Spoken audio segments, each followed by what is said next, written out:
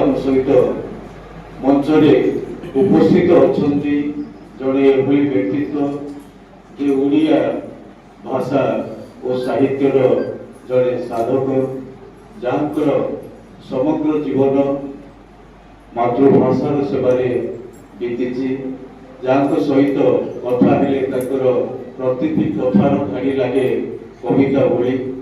ସେ ହେଉଛନ୍ତି ଆମର ଆଜିର ମୁଖ୍ୟ ବକ୍ତା ତଥା ପାରାଦୀପ ମହାବିଦ୍ୟାଳୟର ଓଡ଼ିଆ ବିଭାଗର ପ୍ରାଧ୍ୟାପକ ଡକ୍ଟର ସନ୍ତୋଷ ସାମଲ।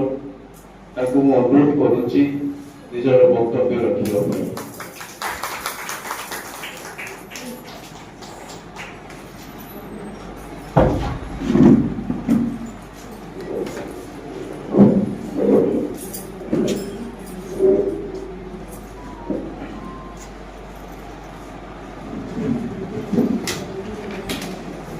वंदे उत्कल जननी जय जगन्नाथ। साक्षरता समिति एवं मैनाक साहित्य संसदर मिलित उद्यम ये उत्कल दिवस आज पालन करूँ। संयोजक साक्षरता समितिर संयोजक श्रीयुक्त अशोक महापात्र महोदय, साक्षरता समितिर संपादक इंजीनियर रामचंद्र प्रधान महोदय, मैनाक साहित्य संसदर संपादक नगेंद्र स्वाई महोदय, प्रीति मैडम, रश्मि मैडम एवं आपण माने समस्ते ए सारस्वत साधक मानकु मोर प्रणाम नमस्कार।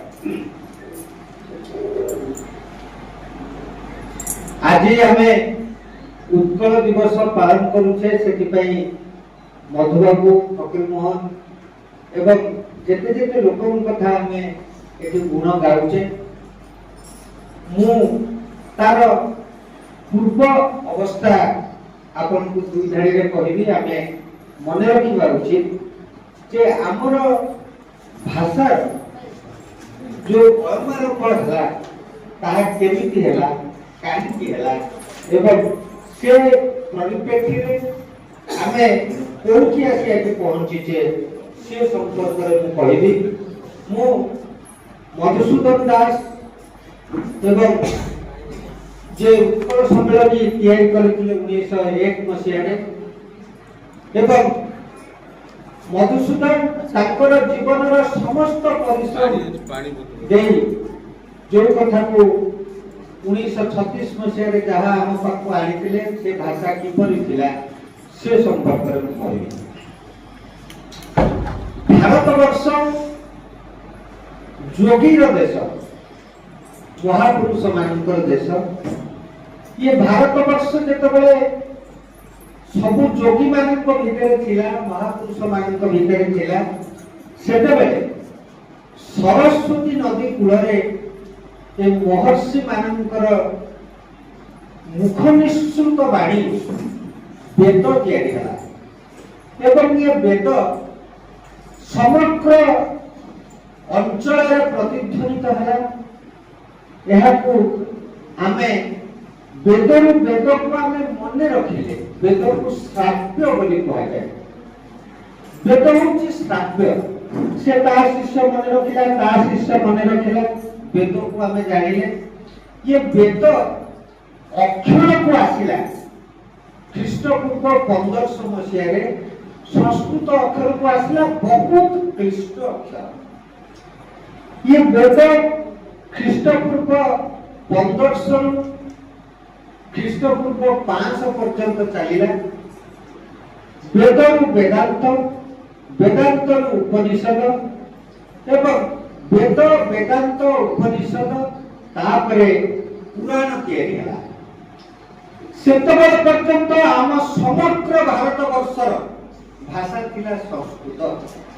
जेमिति आमे वर्तमान जेते प्रकार ओडिया शब्द उच्चारण करूचे सेतुरु 90% हेउची संस्कृत भाषा। आमर प्रथम भाषा, आम भारतवर्षर प्रथम भाषा संस्कृत। ओडिया रे वर्तमान जेते शब्द उच्चारित होउची ସେଥିରୁ 90% ହେଉଛି ସଂସ୍କୃତ ଭାଷାରୁ ଉଦ୍ଧୃତ ହେଇଛି। ଏବଂ ଏ ସଂସ୍କୃତ ଭାଷା ବେଦରୁ ବେଦାନ୍ତ, ବେଦାନ୍ତରୁ ଉପନିଷଦ, ଉପନିଷଦରୁ ଖ୍ରୀଷ୍ଟପୂର୍ବ 500 ଆସିଲା ପୁରାଣ। ପ୍ରଥମ ପୁରାଣ ଲେଖିଲେ ବାଲ୍ମୀକି ରାମାୟଣ। ବାଲ୍ମୀକି ଯେତେବେଳେ ରାମାୟଣ ଲେଖିଲେ ଖ୍ରୀଷ୍ଟପୂର୍ବ 500, ତାର 50 ବର୍ଷ ବା 70 ବର୍ଷ ଭିତରେ ବ୍ୟାସ ମହାଭାରତ ଲେଖିଲେ। ମଣିଷର ଅବକ୍ଷୟ ମଧ୍ୟ ସେମିତି ଚାଲିଲା। ମହର୍ଷି ମାନଙ୍କ ଠାରୁ ଆସ୍ତେ ଆସ୍ତେ ମଣିଷର ଅବକ୍ଷୟ ଚାଲିଲା ଏବଂ ପୁରାଣରେ କୁରୁକ୍ଷେତ୍ର ତିଆରି ହେଲା। ଆଜି ଯଦି କୁରୁକ୍ଷେତ୍ରରେ ଠିଆ ହେଇ ଆମେ ପ୍ରଶ୍ନ କରିବା ଯେ ଏଇ ତ କୁରୁକ୍ଷେତ୍ର, ଏଇଠି ତ ଯୁଦ୍ଧ ହେଇଥିଲା, ଯୋଉମାନେ ମାଟି ପାଇଁ ଯୁଦ୍ଧ କରୁଥିଲେ ସେମାନେ କାହାନ୍ତି, ଗଲେ? ଏଇ ଛୁଞ୍ଚି ମୂଳରେ ନେବିନି ଦେବି ନାହିଁ ବୋଲି ଯିଏ ଗର୍ବ କରୁଥିଲା ସେ କୁଆଡେ ଗଲା? କେତେ ପ୍ରକାରର ମହାଭାରତରେ ଯୋଉ ଯୁଦ୍ଧର ବର୍ଣ୍ଣନା ହେଇଛି ସଂସ୍କୃତରେ ଯୋଉ ବର୍ଣ୍ଣନା ହେଇଛି, ଏତେ ନୃଶଂସ ବର୍ଣ୍ଣନା, ହାତ ଓପାଡ଼ିକିରି ମାରିଦେବା, ଛାତି ଚିରିକି ରକ୍ତ ବାହାର କରିକି ମୁଣ୍ଡରେ ବୋଳିବା, ଏତେ ନୃଶଂସ ଭାବରେ ମହାଭାରତକୁ ବର୍ଣ୍ଣନା କରାଯାଇଛି। ଏବଂ ଏତେ ସ୍ୱାବଲମ୍ବୀ ଭାବରେ ଗୀତାରେ ଭଗବାନ ଶ୍ରୀକୃଷ୍ଣ ଅର୍ଜୁନକୁ ବୁଝାଉଛନ୍ତି। ଏବଂ ଇଏ ସମସ୍ତ କଥା କେବଳ ସଂସ୍କୃତ ଭାଷାରେ ଲେଖା ହେଇଥିଲା। ଆମେ ସେତେବେଳେ ପର୍ଯ୍ୟନ୍ତ ସଂସ୍କୃତ ଭାଷାକୁ ଜାଣିଥିଲେ ଭାରତ ବର୍ଷର ସମସ୍ତ ଲୋକମାନେ। ଖ୍ରୀଷ୍ଟପୂର୍ବ 4th ଆସିଲା, ଜନ୍ମ ହେଲେ ବୁଦ୍ଧ। ବୁଦ୍ଧ ପ୍ରଥମେ ପାର୍ଲି ଭାଷା ଆଣିଲେ। ସଂସ୍କୃତରୁ ଆସ୍ତେ ଆସ୍ତେ ଆମେ ପାର୍ଲି ଭାଷାକୁ ଆସିଲେ। ପାର୍ଲି ଭାଷା ସଂସ୍କୃତ ଭାଷାରେ କିଛି ଆଞ୍ଚଳିକ ଶବ୍ଦ ମିଶି ପାର୍ଲି ଭାଷା ତିଆରି ହେଲା। ଏବଂ ପାର୍ଲି ଭାଷାରେ ବୁଦ୍ଧ ତ୍ରିପିଟକ ଲେଖିଲେ। ସେତେବେଳେ ପର୍ଯ୍ୟନ୍ତ ଭାରତର ମୂଳ ଭାଷା ହେଉଛି ସଂସ୍କୃତ ଏବଂ ଆମେ কথୋପକଥନ ଛଳରେ ଆମେ ପାର୍ଲି ଭାଷାକୁ ବ୍ୟବହାର କରୁଛୁ। ପାର୍ଲି ଭାଷା ଚାଲିଲା 200-300 ବର୍ଷ, ତାପରେ ଆସିଲା ପ୍ରାକୃତ ଭାଷା। ପାର୍ଲିକୁ ଯେତେବେଳେ ପୁଣି ବୁଝି ହେଲା ନାହିଁ, ସେତେବେଳେ ପୁଣି କିଛି ଆଞ୍ଚଳିକ ଶବ୍ଦ ମିଶି ପ୍ରାକୃତ ଭାଷା ତିଆରି ହେଲା। ପ୍ରାକୃତ ଭାଷାରେ ଭାରତବର୍ଷର ସମସ୍ତ ଲୋକମାନେ ଖ୍ରୀଷ୍ଟପୂର୍ବ 1ମ ପର୍ଯ୍ୟନ୍ତ ପ୍ରାକୃତ ଭାଷାରେ, ଖ୍ରୀଷ୍ଟପୂର୍ବ 3ୟ-4ର୍ଥ ଖ୍ରୀଷ୍ଟାବ୍ଦ 3ୟ-4ର୍ଥ ପର୍ଯ୍ୟନ୍ତ ପ୍ରାକୃତ ଭାଷାରେ ସମସ୍ତେ କଥା ହେଲେ। ସମସ୍ତଙ୍କର ଆଦାନ ପ୍ରଦାନ ପ୍ରାକୃତ ଭାଷାରେ ଚାଲିଲା। ତାପରେ ଆସିଲା ଅପଭ୍ରଂଶ ଭାଷା। ସଂସ୍କୃତ, ପାର୍ଲି, ପ୍ରାକୃତ ଓ ଅପଭ୍ରଂଶ। ଅପଭ୍ରଂଶ ଭାଷା ଆଞ୍ଚଳିକ ଭେଦରେ ବିଭାଗୀକରଣ ହେଇଗଲା। ଅପଭ୍ରଂଶ ଭାଷା ପୂର୍ବାଞ୍ଚଳ, ପଶ୍ଚିମ ଭାରତର ପଶ୍ଚିମ ଅଞ୍ଚଳ, ଭାରତର ଉତ୍ତର ଏବଂ ଦକ୍ଷିଣ ଅଞ୍ଚଳରେ ବିଭିନ୍ନ ପ୍ରକାର ଭାବରେ ଅପଭ୍ରଂଶ ଭାଷା ଚାଲିଲା। ଅପଭ୍ରଂଶ ଭାଷାରେ ଆମର ମାଗଧୀ ଅପଭ୍ରଂଶରୁ ଖ୍ରୀଷ୍ଟାବ୍ଦ 9ମ ଶତାବ୍ଦୀରେ ଆମେ ପ୍ରଥମେ ପାଇଲେ ଆଞ୍ଚଳିକ ଓଡ଼ିଆ ଭାଷା। ଆଞ୍ଚଳିକ ଓଡ଼ିଆ ଭାଷା 9ମ ଶତାବ୍ଦୀରେ କିଛି ବୌଦ୍ଧଯାନୀ ସହଜିଆ ସିଦ୍ଧ ମାନଙ୍କ ଦ୍ୱାରା ଲେଖା ହେଲା। ଏ ବୌଦ୍ଧଯାନୀ ସହଜିଆ ସିଦ୍ଧ ମାନେ ଯୋଉମାନେ ଆଞ୍ଚଳିକ ଭାଷାରେ ଲେଖିଲେ, ସେମାନେ 84ଟି ଗୀତିକା ଲେଖିଥିଲେ। 84ଟି ଗୀତିକା ସଂଗ୍ରହ କରିଥିଲେ ବଙ୍ଗଳାର ହରପ୍ରସାଦ ଶାସ୍ତ୍ରୀ ନେପାଳର ରାଜଦରବାର। ନେପାଳ ରାଜଦରବାରରେ ନେପାଳ ରାଜାଙ୍କ ସହିତ ପୁରୀ ରାଜାଙ୍କର ସମ୍ପର୍କ ଥିଲା। ନେପାଳ ରାଜାଙ୍କ ଝିଅକୁ ପୁରୀ ରାଜାଙ୍କ ପୁଅ ବାହା ହୁଅନ୍ତି। ତେଣୁ ଇଏ ପୋଥିଟି ଯାଇ ନେପାଳ ରାଜଦରବାରରେ ରହିଛି। ନେପାଳ ରାଜଦରବାରରୁ ପଣ୍ଡିତ ହରପ୍ରସାଦ ଶାସ୍ତ୍ରୀ ଆଣିଲେ। ତାକୁ ପ୍ରଥମେ ବଙ୍ଗଳା ମାନେ କହିଲେ ଆମର ଏ ବଙ୍ଗାଳୀ, ଓଡ଼ିଆ ମାନେ କହିଲେ ଆମର ଏ ଓଡ଼ିଆ। ତାପରେ ପ୍ରମାଣିତ ହେଲା ନା ଇଏ ହଉଛି ପ୍ରଥମ ଓଡ଼ିଆ ଭାଷା, जहाँ नवम शताब्दी चतुर्दश शताब्दी पर्यंत मात्र 84 गोटी कविता लिखाई। से कवितार भाषा अपभ्रंश भाषा थिला। का तरुवर पंचमी डाल चंचल चिए पैठा काल ओडिया परिका सुबुची किंतु ओडिया नुहे। उच्चा उच्चा पावत तही बसई सबरी बाड़ी मयूर पुच्छ परिहण डोम्बी कापाली यही भाषा थे। एवं ये भाषा को चतुर्दश शताब्दी प्रथमे प्राकृत एवं अपभ्रंश भाषा मिसे चतुर्दश शताब्दी माटीर महाकवि ओडिया माटीर व्यास विप्लवी कवि सारला दास आसिले एवं स्वयं संपूर्ण ओडिया भाषा लिखिले। सारला दास चतुर्दश शताब्दी स्वयं संपूर्ण ओडिया भाषा लिखुचंती। आपण माने जदि पढिथिबे सारला दास महाभारत, सारला दास चंडी पुराण, बिलंका रामायण सेतिर भाषा अलग अलग भाव पढ़ी जे से भाषार संयोजना एवं से भाषा अपभ्रंशर मिलित भाषा ओडिया भाषा रे लेखा गला एवं राजा पुरी राजा के सहित मिलित होई प्रथमे ओडिया भाषार प्रतिष्ठा हला चतुर्दश शताब्दी रे सारला दास एवं मुकुंद देव द्वारा ओडिशा ओडिशार प्रथम भाषा नवम शताब्दी आरंभ हो चतुर्दश शताब्दी सरिला। चतुर्दश शताब्दी सारला दास द्वारा ओडिया भाषा आरंभ होला। स्वयं संपूर्ण ओडिया भाषा स्वयं संपूर्ण ओडिया भाषा को आमे पढ़िले। तापरे चतुर्दश पंचसखा युग आसिला। पंचसखा युग 1550 मसीहा 1650 मसीहा चतुर्दश शताब्दी सरीगला। चतुर्दश शताब्दी जेतेबेले सरीगला पंचदश शताब्दी जेतेबेले आसिला सेतेबेले 5 जण सखा आसुचंती ओडिया।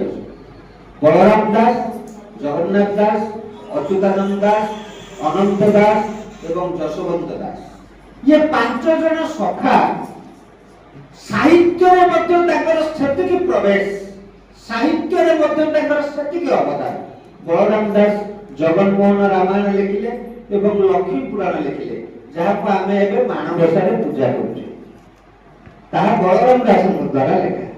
सेतबे सेमाने मध्य छुआ छुआ भेदभाव एवं बड़ छोटर कथा करिसंती की अवस्था हेइसंती जगन्नाथ बलभद्र आपण माने ताको सबुदिन पढुचंती सुनुचंती जानिचंती की अवस्थार परे उद्धार पाइचंती एवं तापरे लक्ष्मी केमिति प्रवेश करूचंती आपण माने प्रत्येक गुरुवार जहाँ को मने मने पढ़ी दियंती जे पाटी कले सुप हम किंतु आम बो माने बड़ बड़ पाटी रे पढुतले समस्त घर अगणे झोटी चिता तैयारी होतला एवं सेमाने बड़ बड़ पाटी रे पढुतले सब घरे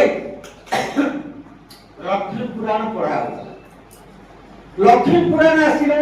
बलराम दास सबुठ बयोज्येष्ठ, जगन्नाथ दास भागवत लिखिले। भागवतर भाषा एक सुंदर एवं चमत्कार थिला जहाँ को रखिले अनंत कि करि पारे बलवंत। गोविंद गोविंद गोविंद पदु बलुछि मकरंद सेमकरंद पान करी हेले पड़िले ब्रजनारी।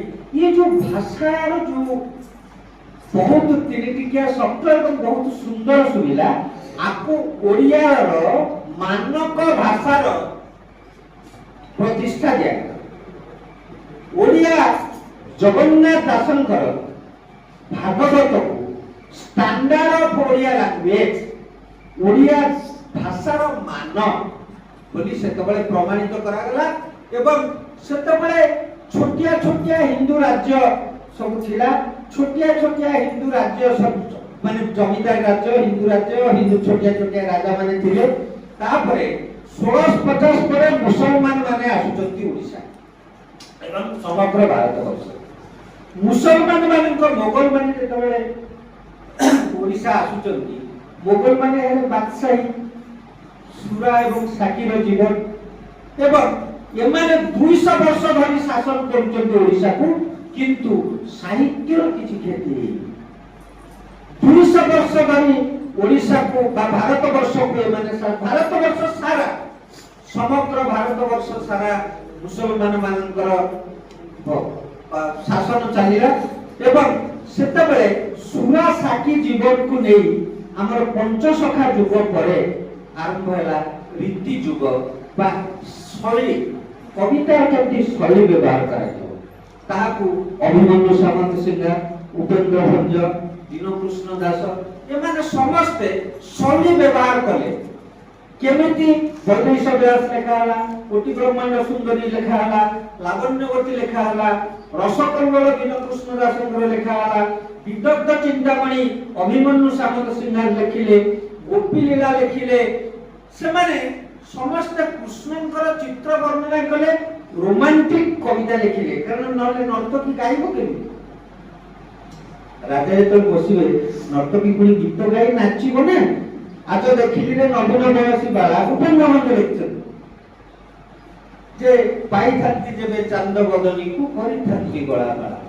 दूर देखी मते पुरंगी नयना सरबर होई गला काखे कुंभ केनी लेउटी चाहंते मदन सरे दहिला किंतु आजिकली सिनेमा में देखुन पलट बोलियो कहछि हिरो सेटा सेतबे थला सेइको में चोरी करछे सब सेतबे थिला जे सपत सागर लहरी स्थगित जमुना उजाणी बहिला शुष्क तरुपर नव पल्लवित पाषाण तरळी गळिला आकाशे उड़ंता चढ़ई स्तकिले गभीर जड़ू मीन माने उन्मते डेई आसी कूले पड़िले आकाशे उड़ंता चढ़ई स्तकिले माने फ्रीज हमें एबे सिनेमा देखु दीटा फुल एते फ्रीज होछि दीटा चढ़ई एते घुरछति फ्रीज होछि किंतु एटार आविष्कार हेई सारिछि आम कवि माने एते मॉडर्न थिले एते आधुनिक थिले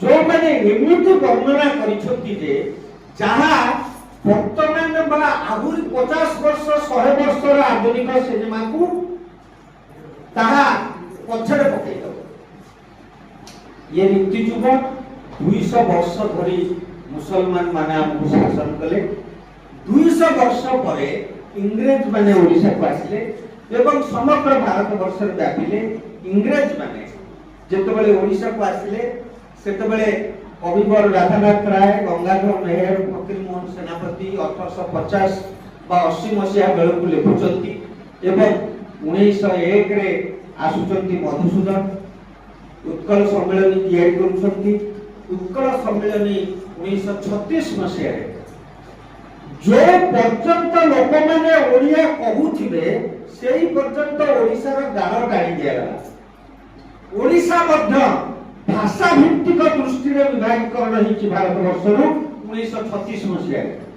1936 मसिया रे ओडिया कहूथिबा लोक जो जाय अछंती सेइठु गार टाणी दिया जाई ओडिसा को स्वतंत्रता दिया गला एवं भाषा भित्तिक राज्य बोली प्रमाण करा गला खाली उत्कल दिवस नुहे ओडिसा को एक स्वतंत्र सोना क्षेत्र बा स्वतंत्र जन्म भावरे ग्रहण करा गला 1936 एप्रिल 1 तारिख दिन सेतबेले राधानाथ राय फकीर मोहन सेनापति गंगाधर माने चली गलेनी तापरे आसिला सत्यवादी युग रे मध्य गोपबंधु गोदावरी इत्यादि को समय चली गलानी तापरे आसिला प्रगतिवादी युग सचिन राउतराय मनमोहन मिश्र भगवती चरण पाणिग्राही एमान को समय मध्य चली गलानी 1947 परे अत्याधुनिक युग आसिला जोथि आमे भाषा को बहुत विकृत कर देले जो भाषा बुझियो बनाई जो कविता बुझियो बनाई ताहा होछि सब भल कर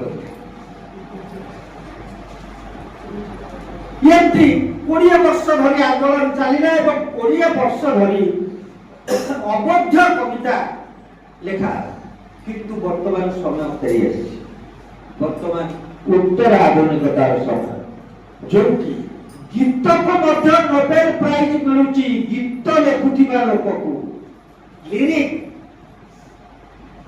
लिरिक को मध्य नोबेल प्राइज मिलुଛି एवं एठी जोटी संवेदनशीलता अछि सेठी कविता बहुत चमत्कार कविता लिखा होची मते गिरिको परा आसो आसो नील हुतासन मोदेहरे आदिम जुगर क्षुधा सावधान लिभि जीव की कर रमाकांत सेठी लिखुची तमे नील कोई रंगर छुरी मते चिरी देई जाओ देखिला बेलकु मुनुहे तमे नी रक्तरे भिजी थाओ आहा करू करू हसी हसी तमे मोबाइल डवा पुली बस न देखिबी बोली आखि बुझी देले हृदय भितरे विष न शुणिबी बोली स्वर कान रुंदी देले तमे अभिलाष पालकी अथय कर ये कविता सरस्वती सम्मान पाउछि श्रेया ये कविता सरस्वती सम्मान पाइबार मुख्य कारण होछि एते थिबा रीति एते थिबा आत्मीयता एते थिबा आंतरिकता मो स्वामी काली मोर मुंड बाला को बहुत झिंकिले आधुनिक राधा कथा वर्णना कराई मुंड बाला को बहुत झिंकिले पचारिले एवं मते बाड़ेइले कहिले